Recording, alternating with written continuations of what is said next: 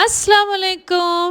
ஸ்ரீலங்கா போனாலே நான் ரொம்ப மிஸ் பண்றது என்னோட வாப்பாவ தான். நெறைய பேர் இது அய்யூப் கான்ட மகளான்னு கேட்பாங்க. அப்படிதான் இந்த ஷாப்ல கூட கேட்டாங்க. உளுந்த வடை, பருப்பு வடை, மாசி வடைன்னு இருக்கும். எப்பவுமே நான் ஸ்ரீலங்கா போன டைம்லலாம் எங்க மாமி இந்த கடையிலேருந்து தான் வடை வாங்கி தரும். எனக்கு ரொம்ப பிடிக்கும். இந்த கடையில உள்ள மாசி வடை ரொம்ப டேஸ்ட்டா இருக்கும். பாப்பாவெல்லாம் தெரியுமா? தெரியும்னா? நாங்கெல்லாம் உண்டு படிச்சாக்கல அய்யூப் கான். அப்படியா?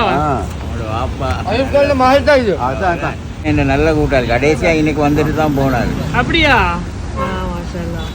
இன்னைக்கு வந்துட்டு தான் போனாரு.